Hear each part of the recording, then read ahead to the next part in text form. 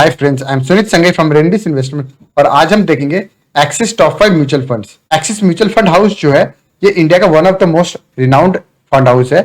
और fund house की बात करें तो इसकी दो चीजें, एक तो ये कॉन्सेंट्रेटेड बेट लेता है मोस्ट ऑफ इट्स फंड्स में, जैसे कि एग्जांपल के तौर पे 25 से 30 स्टॉक्स इसके ज्यादातर फंड्स में होते हैं। और इसके अलावा ये ग्रोथ स्ट्रेटेजी अपनाता है। और जब हम बात करते हैं wealth protection versus wealth creation, तो एक्सिस म्यूचुअल फंड हाउस जो है वेल्थ क्रिएशन की तरफ है और इसीलिए इसके रिस्क एडजस्टेड रिटर्न्स जो है बहुत ही अच्छा है। और ये मेजर रीजन है जिसकी वजह से इसके ज्यादातर फंड्स ने बहुत अच्छा परफॉर्मेंस दिया है। तो चलिए देखते हैं आज के टॉप 5 एक्सिस म्यूचुअल फंड्स।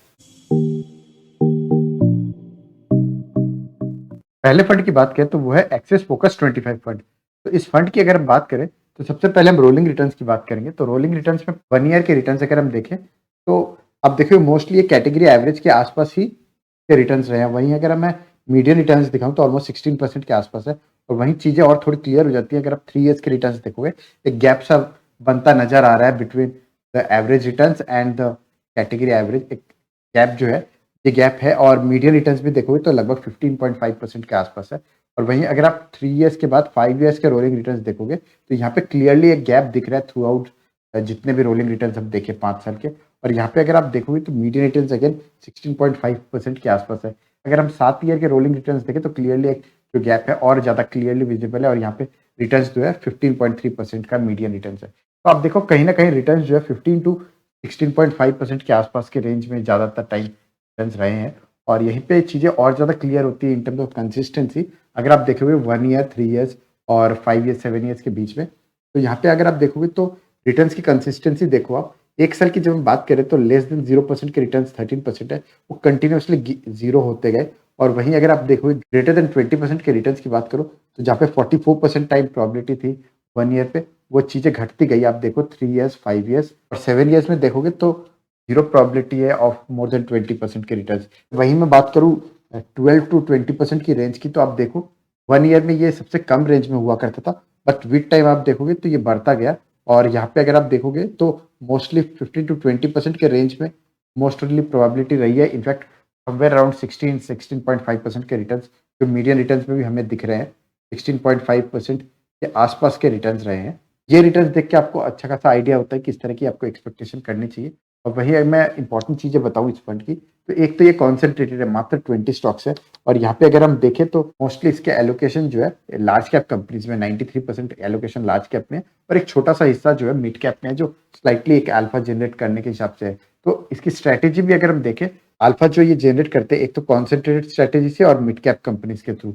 और वहीं अगर हम फंड मैनेजर की बात करें तो दिनेश गोपानी है इसके फंड मैनेजर, जो काफी पॉपुलर है और फंड जो है कंसिस्टेंट परफॉर्मर रहा है। और अगर आप कैटेगरी के बाकी स्टॉक्स के साथ भी कंपेयर करोगे तो मोस्टली इसने जितने भी इसके कैटेगरी के फंड्स है उनको बीट किया है। पराग पारिक ने इससे स्लाइटली बेटर रिटर्न्स दिए, बट आपको समझना पड़ेगा कि पराग पारिक जो है ये इंटरनेशनल इक्विटी में भी इन्वेस्ट करता है, स्पेशली यूएस टेक कंपनीज की बात करें।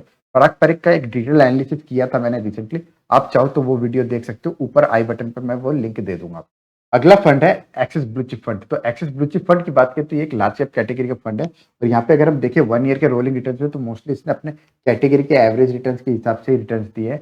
और वहीं अगर आप देखोगे 3 ईयर्स के रोलिंग रिटर्न में तो यहाँ पे मोस्टली ये जो है एक स्लाइटली डेल्टा के साथ स्लाइटली एक बेटर रिटर्न्स दिए अपने कैटेगरी एवरेज से। बट कहीं ना कहीं एक फेज रहा है जहाँ पे ये कैटेगरी एवरेज के आसपास के ही रिटर्न्स दिया है। और वहीं अगर हम 5 ईयर्स के रिटर्न देखें तो यहाँ चीजें क्लियर हो जाती है, क्लियरली है अपने कैटेगरी एवरेज को बीट करते हुए बेटर रिटर्न्स लाया थ्रू आउट, आप जितने भी टाइम फ्रेम में देख लो। और यहाँ पे अगर आप देखोगे तो मीडियन रिटर्न्स 14% के आसपास है। तो ये आपको बताता है किस तरह के रिटर्न्स आपको एक्सपेक्ट करने चाहिए इस फंड से। और वहीं अगर हम 7 ईयर्स के रोलिंग रिटर्न्स देखें तो अगेन मीडियन रिटर्न्स 14% के आसपास ही है और कैटेगरी एवरेज को कंसिस्टेंटली बीट किया। वहीं मैं कंसिस्टेंसी को एक और पैरामीटर से दिखाऊं तो आप देखो 0 टू 8% के रिटर्न्स, लेस देन 0% के रिटर्न्स, तो ये अच्छे खासे ऑलमोस्ट 18% के आसपास ईच है। वही मोर देन 20% के रिटर्न्स भी देखें तो ऑलमोस्ट 30% प्रोबेबिलिटी है। वही 5 ईयर्स और 7 ईयर्स की चीजें देखें तो यहाँ पे चीजें और क्लियर हो जाती है। नेगेटिव टू 8% के बीच के रिटर्न्स जो है ऑलमोस्ट ऑलमोस्ट नेग्लिजिबल है। एंड अगेन मोर देन 20% के रिटर्न्स भी ऑलमोस्ट नेग्लिजिबल है। वहीं अगर आप देखोगे सबसे ज्यादा रिटर्न इसके मोस्टली 8 टू 20% के रेंज में ही रहे हैं। और यहाँ पे भी अगर मैं मीडियन रिटर्न्स दिखाऊँ आपको 14.5% के आसपास के रिटर्न्स है। तो ये एक अच्छे एक्सपेक्टेशन होती है। रोलिंग रिटर्न्स आपको बहुत अच्छी पिक्चर देती है, किस तरीके से आपको इसमें एक्सपेक्टेशन रखनी चाहिए। और वहीं अगर मैं फंड के कुछ इंपॉर्टेंट चीज़ें देखूँ तो जैसे मैंने कहा लार्ज कैप में ही इन्वेस्टेड है और अगर आपको ये 1% का इक्विटी मिड कैप में दिख भी रहा है तो ये बेसिकली कोई एक स्टॉक रहा होगा जो पहले लार्ज कैप था और मिड कैप में कन्वर्ट हो गया। और वहीं अगर आप देखोगे तो अगेन ये कॉन्सेंट्रेटेड ये 36 स्टॉक्स है। वहीं अगर आप कैटेगरी में भी पीयर कंपैरिजन करोगे तो मोस्टली इतने सारे फंड्स को बीट किया और 15.95% के रिटर्न्स दिए। और इसके बाद अगर इंपॉर्टेंट कुछ चीज़ें देखें तो श्रेयस दबलकर जो है इस फंड के मैनेजर है और कंसिस्टेंट परफॉर्मेंस रहा है इस फंड का। और अल्फा जनरेट करने की स्ट्रैटेजी जो है इसकी कॉन्सेंट्रेटेड है, यानी बहुत कम स्टॉक्स रखता है, 25 से 35 के रेंज में स्टॉक्स रखता है, मोस्टली 30 के राउंड के स्टॉक्स रहते हैं इसमें और इसी से ये अल्फा अपना जनरेट करता है। तो कुछ दिन पहले मैंने एक एक्सिस ब्लू चिप के साथ एक एसबीआई ब्लू चिप फंड का कंपैरिजन भी किया था, जहाँ पे मैंने दोनों फंड्स जो बहुत ही उम्दा फंड्स हैं, दोनों का इन्वेस्टिंग स्टाइल का कंपैरिजन किया था। काफ़ी इंटरेस्टिंग वीडियो था, आप चाहो तो वो वीडियो देख सकते हो, बहुत ही अच्छा इंसाइट मिलेगा आपको। और अगले फंड की बात करें तो एक्सिस स्मॉल कैप फंड, तो स्मॉल कैप कैटेगरी का ये one of the best fund है। और यहाँ पे अगर हम देखें तो अगेन रोलिंग रिटर्न्स में आप देखो 1 साल के, तो 1 साल के रोलिंग रिटर्न्स में आपको बहुत ज़्यादा अच्छी पिक्चर नहीं मिलती है।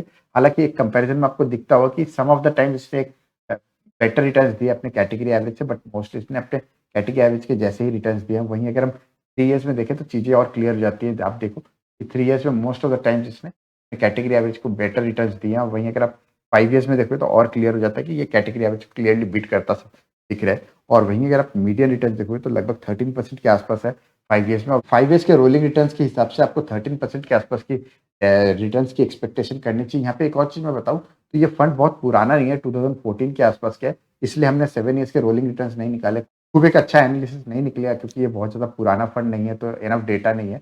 बट अगर आप देखोगे तो कैटेगरी एवरेज से ऑलमोस्ट 6 टू 7% बेटर रिटर्न्स देता है। और वहीं अगर आप देखोगे तो इसके मोस्टली रिटर्न्स जो है, यहाँ पे अगर आप देखोगे तो 8 टू 20% के रेंज में, हालाँकि स्मॉल कैप में इससे बेटर रिटर्न्स होते हैं, बट क्योंकि स्मॉल कैप ने रिसेंट 3 टू 4 इयर्स बहुत अच्छा परफॉर्म नहीं किया है, यहाँ पे बहुत अच्छे रिटर्न्स आपको दिख नहीं रहे। और आई एम एक्सपेक्टिंग कि अगर इसके 7 इयर्स के रोलिंग रिटर्न्स निकल आते हैं, प्रॉब्ली 3 साल 4 साल बाद अगर हम इसके रोलिंग रिटर्न्स देखेंगे, तो हमें एक रियलिस्टिक पिक्चर मिलेगी। यूजुअली स्मॉल कैप में आपको 18 से 20% के मीडियन रिटर्न्स मिलते हैं। जो एसबीआई स्मॉल कैप का मैंने रोलिंग रिटर्न्स निकाला था, वहाँ पे क्लियरली दिखाया था कि ऑलमोस्ट 20% के रोलिंग रिटर्न्स रहे हैं मीडियन रिटर्न्स। एक चीज़ क्लियर होती है कि आप देखो क्लियरली इस फंड ने जो है अपने कैटेगरी एवरेज को ऑलमोस्ट 6-6.5% से बेटर रिटर्न्स दिए हैं, तो ये बहुत ही अच्छा फंड है। अगेन जो है 1 ईयर के डेटा में आप देखो लेस देन 0% या लेस देन 8% की काफ़ी अच्छा परसेंटेज है। वहीं अगर आप देखो 5 ईयर्स के रोलिंग रिटर्न्स में तो मोस्टली लेस देन 0% के रिटर्न्स है नहीं, और 8% के नीचे भी जो है ऑलमोस्ट ऑलमोस्ट 14% के आसपास है।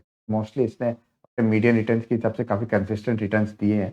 वहीं कुछ इंपॉर्टेंट चीज़ें देखें, फंड जो है अगेन कॉन्सेंट्रेटेड बेट है। आप देखो 56 स्टॉक्स है, अब 56 स्टॉक्स देख के आपको लगेगा कि ये कॉन्सेंट्रेटेड नहीं है, बट यहाँ पे एक चीज़ मैं आपको दिखाऊँ तो 10 स्टॉक्स में इटसेल्फ जो है 38% का एलोकेशन है, यानी ये टॉप 15 स्टॉक्स में इसने ऑलमोस्ट 60-70% का एलोकेशन ले लिया था। एक्सिस स्मॉल कैप की स्ट्रैटेजी अगर मैं बात करूँ तो इसने मोटा-मोटा एलोकेशन जो है अपने टॉप 15 स्टॉक्स में ले लिया था। और यूजुअली क्या होता है कि आपको 30 टू 40 स्टॉक्स को आप रडार पे रखने के लिए एक छोटा-सा एलोकेशन ले लेते हो, और जैसे-जैसे स्टॉक के बिज़नेस का क्लैरिटी आता है, नंबर्स आने लगते हैं, तो आपको जिस स्टॉक्स में लगता है कि ये जो चीज़ें, ये जो पिक्चर है, ये थोड़ी इम्प्रूव हो रही है, तो वहाँ पे आप एलोकेशन बढ़ाते हो। और यूजुअली यही सही स्ट्रैटेजी होती है स्मॉल कैप में इन्वेस्टिंग का, क्योंकि बिज़नेस जो होता है ना, ये कोई इमेज या स्टैटिक नहीं होता, फिक्स्ड नहीं होता है। ये एक मूवी की तरह होता है, कंटीन्यूअसली चेंज होता रहता है, और जैसे-जैसे मूवी जो है आपने जो एक्सपेक्ट किया था उस हिसाब से टर्न होता रहता है, तो आपको उसमें अपना एलोकेशन बढ़ाना होता है। और वहीं अगर आपको कुछ बिज़नेस पे एक्सपेक्टेशन थी, बट जो मूवी है उसकी वो एज़ पर एक्सपेक्टेशन नहीं टर्न हो रही है, तो आपको अपना स्टेक जो भी स्मॉल स्टेक जो लिया है उसको रिमूव करना होता है। तो ये स्ट्रैटेजी होती है स्मॉल कैप में इन्वेस्टिंग की। और यहाँ पे अगर आप देखो तो एक्सिस स्मॉल कैप की सिमिलरली बहुत ही अच्छी स्ट्रैटेजी है। और यहाँ पे अगर आप देखो कुछ इंपॉर्टेंट चीज़ है, तो अनुपम तिवारी जो है ये फंड को मैनेज कर रहे हैं सिंस 2016, और काफ़ी अच्छा रिटर्न्स भी दिया है। आप देखो लास्ट 5 ईयर्स में इसने काफ़ी अच्छे रिटर्न्स दिए, इवन आप पीएस से भी कंपेयर करोगे तो। और वहीं अगर मैं बताऊँ तो इन्वेस्टिंग स्टाइल जैसा मैंने कहा, एक कॉन्सेंट्रेट बेट है टॉप 10-15 स्टॉक्स में देखोगे तो। और एलोकेशन भी देखो लगभग 45% का एलोकेशन मिड कैप में है और ऑलमोस्ट 55% का एलोकेशन स्मॉल कैप में है। तो इसीलिए मैं कहता हूँ कि अगर आपको मिड कैप में इन्वेस्ट करना है और स्मॉल कैप में भी इन्वेस्ट करना है, तो आपको एक स्मॉल कैप फंड लेना चाहिए और वो अपने आप स्मॉल कैप और मिड कैप के बीच में अपना एलोकेशन कर लेता है। और वहीं मैं अगले फंड की बात करूँ तो एक्सिस लॉन्ग टर्म इक्विटी। तो एक्सिस लॉन्ग टर्म इक्विटी जो है, ये एक ईएलएसएस कैटेगरी या टैक्स सेवर कैटेगरी का बहुत ही अच्छा फंड है। इनफैक्ट इसका सबसे बड़ा एएम साइज है और इतने बड़े एएम साइज के बावजूद जो है इसके परफॉर्मेंस में बहुत ज़्यादा फर्क नहीं आया है। आपको मैं यहाँ पे अगर चार्ट पे भी दिखाऊँ तो 1 ईयर के रोलिंग रिटर्न्स हालाँकि मोस्टली इसके कैटेगरी एवरेज के आस-पास ही है और वही 3 ईयर्स के रोलिंग रिटर्न में देखो आपने मोस्टली इसने कैटेगरी एवरेज को बीट ही किया है। एक छोटा-सा फेज़ रहा है जहाँ पे इसने सिमिलर रिटर्न्स दिया है compare to category average, but otherwise एक अच्छा खासा अल्फा के साथ बीट किया है। और वहीं अगर चीज़ें और क्लियर हो जाती हैं जब 5 ईयर्स के रोलिंग रिटर्न्स देखोगे आप, तो मीडियन रिटर्न्स ऑलमोस्ट 20% के, जो कि अमेजिंग है। और वहीं अगर आप देखोगे 7 ईयर्स के रोलिंग रिटर्न्स में तो क्लियरली दिखता है ऑलमोस्ट 19% के आसपास के मीडियन रिटर्न्स है और वहीं कैटेगरी एवरेज से आप कंपेयर करो तो ऑलमोस्ट 9% का अल्फा है। तो ये दिखाता है कि कितना अच्छा तरीके से कैटेगरी एवरेज को बीट किया। वहीं मैं कंसिस्टेंसी की बात करूँ तो लेस देन 8% के रिटर्न्स देखो आप अच्छे खासे होते हैं जब 1 ईयर के रोलिंग रिटर्न्स पे। और वहीं अगर आप 7 ईयर्स के रोलिंग रिटर्न्स देखो तो लेस देन 12% जो है के रिटर्न्स है ही नहीं, तो मतलब अमेजिंग है। वहीं अगर मैं बात करूँ मोर देन 20% की, तो इसकी वेटेज भी बहुत कम है। मोस्टली इसने 15 टू 20% के बीच में ही रिटर्न्स दिए हैं और बहुत ज़्यादा क्लियरली बात करूँ तो ऑलमोस्ट 19% के मीडियन रिटर्न रहे हैं। तो इस तरह की एक्सपेक्टेशन होनी चाहिए इस फंड से। और वहीं अगर आप देखोगे इवन इसके पीएस से भी अगर आप कंपेयर करोगे तो काफ़ी कंपेरेबल रिटर्न्स दिए। हालाँकि मैंने पहले भी एक वीडियो में मिरर एसेट के लिए बताया था कि ये सबसे अच्छा फंड है इन ईएलएसएस कैटेगरी। आप चाहो तो वो वीडियो देख सकते हो। ऊपर आई बटन में मैं उसका लिंक दे दूँगा। काफ़ी इंटरेस्टिंगली मैंने कंपेयर किया था मेरे एसेट के साथ लॉन्ग टर्म इक्विटी को और कैनारा रोबेको का भी टैक्स सेवर फंड के साथ। और यहाँ पे अगर हम देखें तो अगेन इनकी इन्वेस्टिंग स्टाइल जो है कॉन्सेंट्रेटेड है, 29 स्टॉक्स ही है और लार्ज कैप में मेजर एलोकेशन है 83% और बाकी ऑलमोस्ट 15% का एलोकेशन जो है मिड कैप में है। हालाँकि 1% के आसपास का स्मॉल कैप में जो एलोकेशन है, मुझे लगता है कि कोई एक मिड कैप का स्टॉक रहा होगा जो कुछ अंडर परफॉर्म किया होगा तो वो स्मॉल कैप कैटेगरी मूव हो गया होगा। और वहीं फंड मैनेजर की बात करें तो अगेन जिनेश गोपानी जो है ये 2011 से मैनेज कर रहे हैं। इनफैक्ट ये एक फंड है जिसको जिनेश गोपानी ने बहुत अच्छे तरीके से मैनेज किया था, जिसके बाद इनका नाम बहुत ज़्यादा हो गया था म्यूचुअल फंड इंडस्ट्री में। और उसके बाद अगर आप देखो 2016 के आसपास तो काफ़ी और सारे फंड्स भी मिले एज़ अ रिस्पॉन्सिबिलिटी। और यहाँ पे अगर हम देखें तो फंड का एलोकेशन स्ट्रैटेजी जो है, एक तो कॉन्सन्ट्रेटेड बेट है और एक छोटा एलोकेशन ये मिड कैप में भी लेता है, जिसकी वजह से जो है ये एक अल्फा जनरेट कर पाता है। और यहाँ पे अगर आप देखोगे तो एम साइज़ देखो 30,000 करोड़ का ये लार्जेस्ट एम साइज़ है ईएलएस कैटेगरी में। उसके बावजूद जो है बहुत ही अच्छा परफॉर्मेंस दिया है और अच्छा performance even with a large M size नहीं, दिक्कत नहीं होती है अगर आप लार्ज कैप में एलोकेशन लेते हो, तो वही ये फंड कर रहा है। और वही अगले फंड की बात करें तो एक्सिस मिड कैप, तो मिड कैप कैटेगरी का ये one of the best fund माना जाता है। और वहीं अगर आप देखोगे तो रोलिंग रिटर्न्स में अगर 1 ईयर में बहुत ज़्यादा गैप क्रिएट करना मुश्किल होता है अपने कैटेगरी एवरेज से। सम ईयर्स में इसने डेफिनेटली बीट किया है, वरना मोस्टली इसके कैटेगरी एवरेज जैसे ही रिटर्न्स है। वहीं अगर मैं बात करूँ 3 ईयर्स की, तो आप देखोगे तो कहीं-कहीं इसने क्लियरली बीट किया है और सम ऑफ द ईयर्स में इसके सिमिलर रिटर्न्स ही रहे हैं।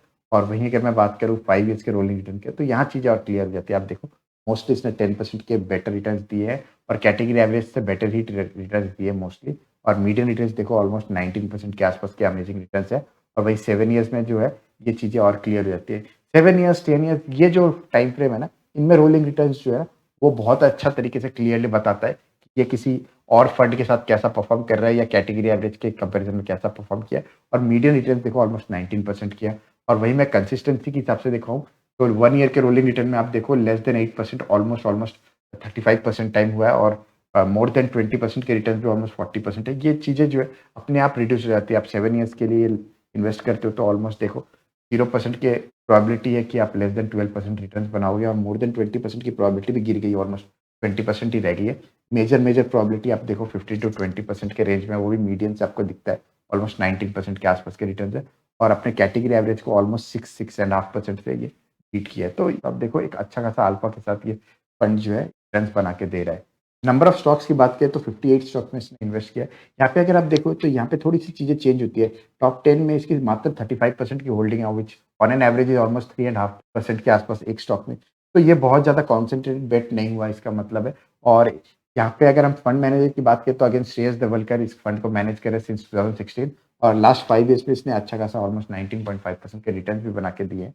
हालाँकि मुझे सीएजीआर रिटर्न से बेटर रोलिंग रिटर्न्स लगते हैं, जैसा मैंने पहले भी कई वीडियोज़ में बताया है। और यहाँ पे अगर हम देखें तो फंड की इन्वेस्टिंग स्टाइल जो है, मिड कैप में इसने ऑलमोस्ट 73% का एलोकेशन लिया है और ऑलमोस्ट 27% का एलोकेशन इसने लार्ज कैप में लिया है। तो आप देखो बेसिकली इनका स्ट्रैटेजी क्या है कि एक तो ये मिड कैप में जो ऑब्वियस है कि because it's a mid cap category fund, तो मिड कैप में इन्वेस्ट करते हैं। लेकिन अल्फा के साथ-साथ एक वोलेटिलिटी मैनेजमेंट है, वो लार्ज कैप के थ्रू करते हैं। लार्ज कैप में बहुत ज़्यादा वोलेटिलिटी नहीं होती है, वोलेटिलिटी कम रहती है और रिटर्न्स जो है ये मेजरली मिड कैप के थ्रू जाते हैं। तो ये एक अच्छा बैलेंस है और इनफैक्ट मुझे लगता है कि इसका कंपैरिज़न अगर करना चाहिए तो right way of comparing it will be मेरे asset blue chip emerging fund. तो वो एक लार्ज एंड मिड कैप का एक फंड है। उसके साथ इसको कंपेयर करना काफ़ी इंटरेस्टिंग रहेगा। आपको अगर चाहिए कि मैं मेरे asset emerging blue chip fund के साथ इसका कंपैरिज़न करूँ तो कमेंट सेक्शन में ज़रूर बताइएगा। तो ये थे टॉप 5 एक्सिस म्यूचुअल फंड्स। इनमें से कौन से फंड्स आप होल्ड करते हैं कमेंट सेक्शन में ज़रूर बताइएगा। और अगर आप चाहते हो कि मैं कोई पर्टिकुलर टॉपिक कवर करूँ अपने चैनल पे तो कमेंट सेक्शन में ज़रूर बताइएगा। यूजुअली मुझे सारे कमेंट्स का रिप्लाई करने में थोड़ा-सा दिक्कत होता है because of time constraint, but मैं सारे कमेंट्स पढ़ता हूँ और मुझे जो भी इम्पोर्टेंट कमेंट्स लगते हैं उनको डेफिनिटली मैं एज़ अ फीडबैक लेता हूँ। तो आप कमेंट सेक्शन में ज़रूर बताइएगा जो भी आपका फीडबैक रहे। तो यहाँ पे मैं एक डिस्क्लेमर दे दूं, तो ये कोई बाई और सेल की रिकमेंडेशन नहीं है। ये बेसिकली लर्निंग पर्पज से वीडियो बनाई गई है ताकि आप ये सीख सको कि एनालिसिस किस तरीके से करना चाहिए और किस तरीके से हमें अपने इन्वेस्टमेंट्स को देखना चाहिए। और अगर आपको यूजफुल लगे तो हमारा टेलीग्राम चैनल है रेनबिस इन्वेस्टमेंट, जिसको आप सर्च करके ज्वाइन कर सकते हो। That's all for today. Thank you.